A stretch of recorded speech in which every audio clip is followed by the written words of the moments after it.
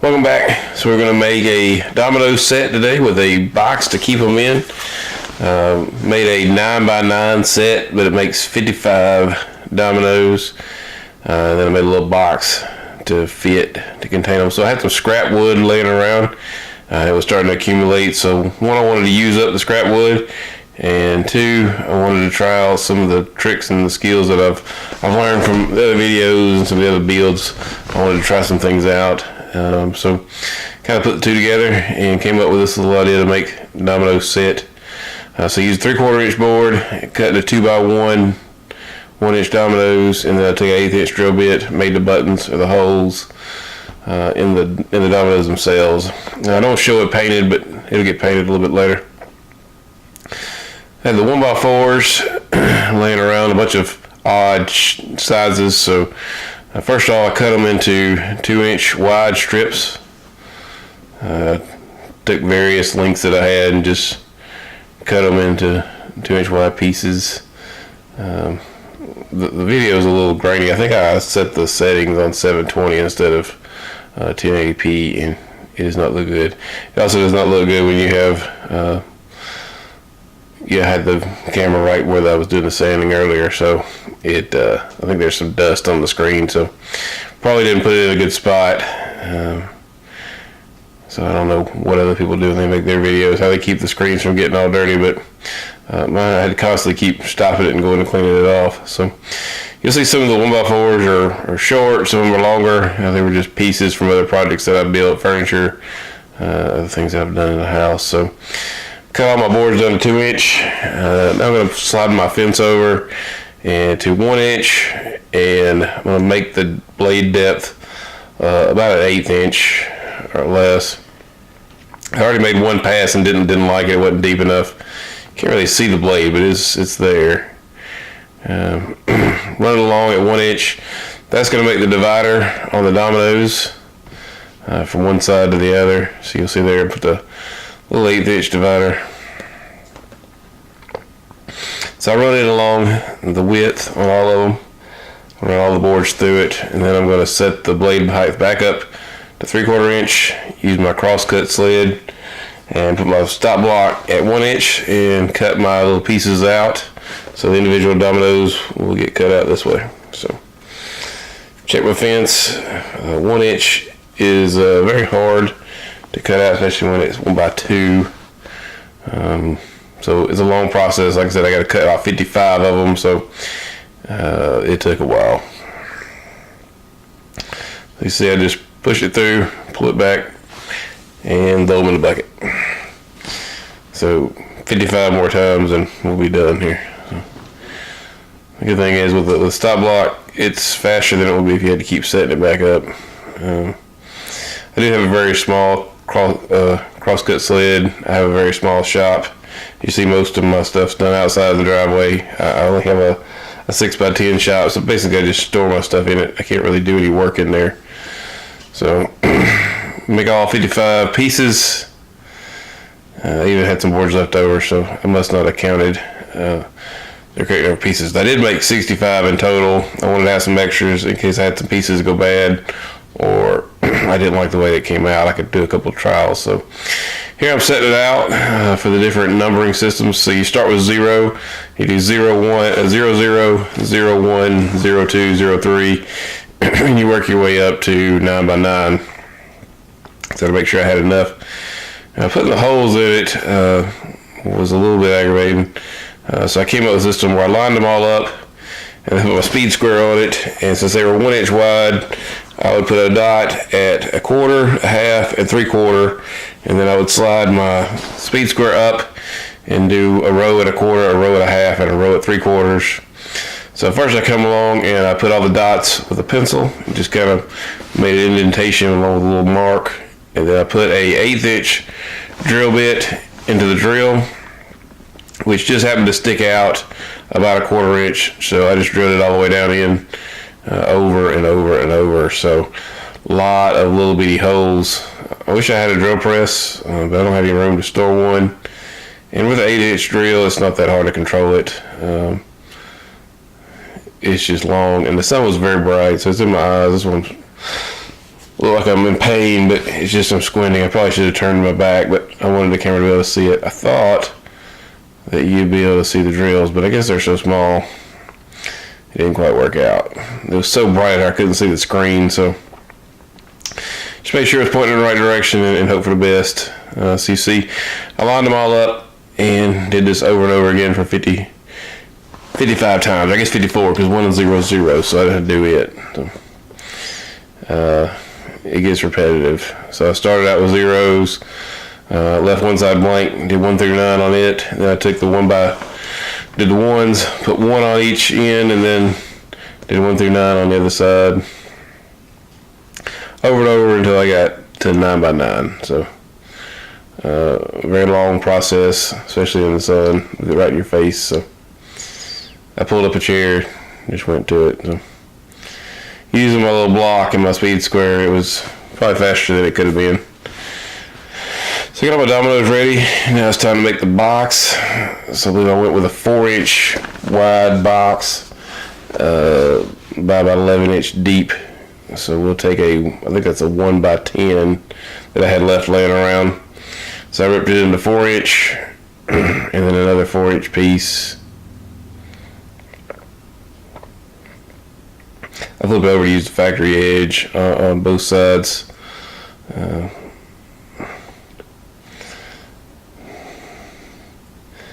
So I cut it loose, and now I have the 2 sides. Now I've got to cut it down to the correct width.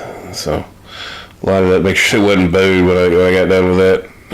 Some of those bigger boards, especially the longer I have them, they tend to warp a little bit.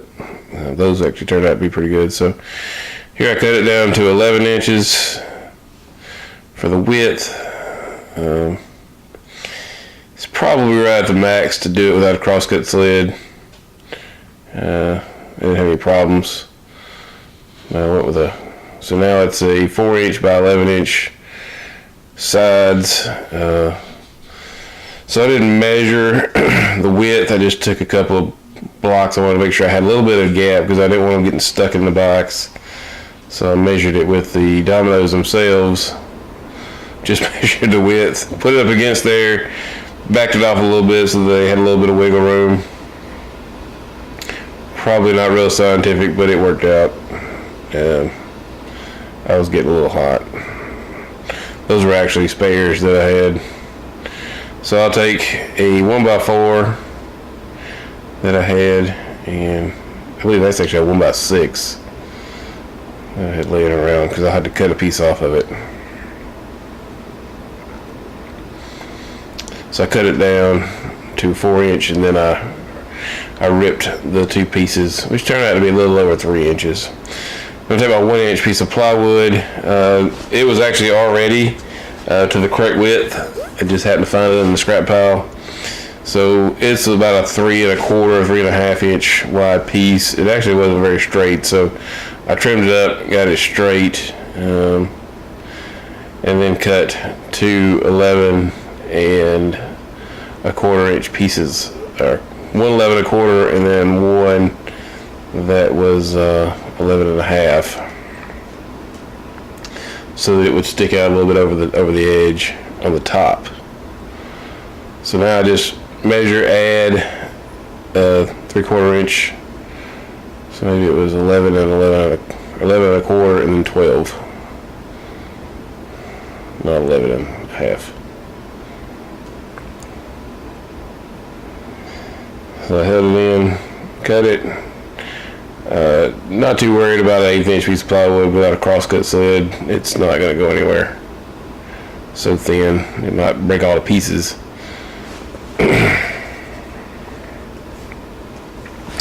Now I was verifying the width after I got it cut, make sure, because like I said, it was not very straight, so I wanted to make sure it was pretty close. So now I'm trying to determine my grooves to slide the bottom and the top pieces in.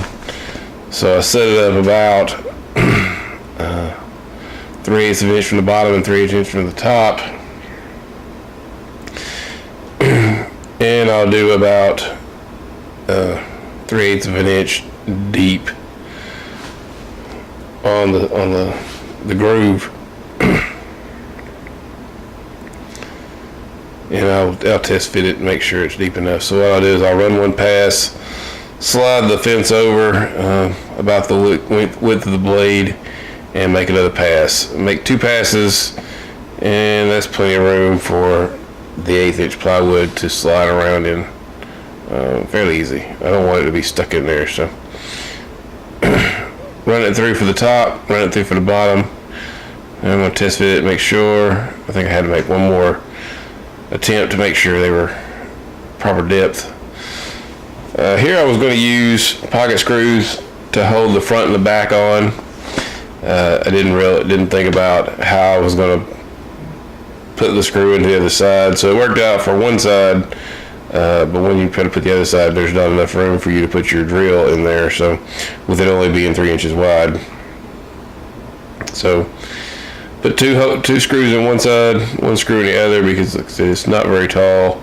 There's not room to put 2 screws on both sides, which didn't matter anyway because you can't get the screw on the other side anyway. So I put 2 on one side, held it with pocket screws, and glued it and clamped it, and let it dry. I think it was pretty warm, so it dried within just a few minutes. So put it all the way against the end with the pocket screws, put a little wood glue on it. With it being as hot as it is, it was hard to keep the glue from drying out before I got ready to use it.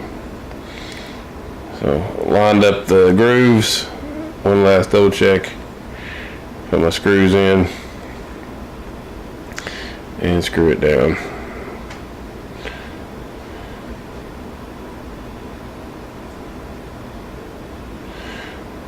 Take my other drill with the bit on the end and screw in the Craig screws. I believe those are 1.25 inch screws with a 3/4 inch depth on the Craig jig. So put 2 screws in to hold that side. Probably overkill, but if you just put one, it doesn't keep it from rotating. So go ahead and put 2 in there so it doesn't rotate. The idea was to put 2 on one side and 1 on the other on both sides. When I figured out that I wasn't going to be able to use to screw from both sides, I just went and put 2 on the same side, which actually cost me in the end because the top and the bottom were not the same. The groove was not set the same, so the top and bottom sit a little bit crooked. Probably about 32nd inch off, but it's odds in and out pretty easily. Actually, it made it a little tighter. So I wasn't making it for looks. I just wanted to try some things out, and I wanted something useful for the house. So you can't see what I'm doing there. I'm just wiping the glue off and getting it ready. So put the screws in there again. Screw them in to the board. That may have been where I figured out that I wasn't going to be able to use the other side, so I was trying to look at it. So now I got it flipped over. I'm checking to make sure it's all lined up. Do a couple more test fits to make sure the bottom slides in there correctly. Didn't get too tight, didn't get too loose. So the good thing is the top and bottom are pretty much the same size, so it doesn't really matter which one I used. Put it in there, put a little glue on that side, and put some glue on the other end, and I'll go get some clamps, and I'll just clamp it up and let it dry. The good thing is the glue holds as well as the screws do, so I really didn't want any fasteners protruding out. So you see on one side it fits into a groove in the back, the other side's cut flush for the front, and the top piece slides in and out from back to front.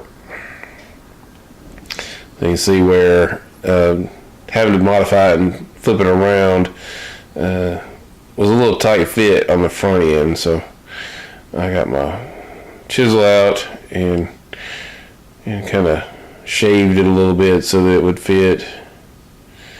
It didn't take much. It was really just one corner. So get it lined up.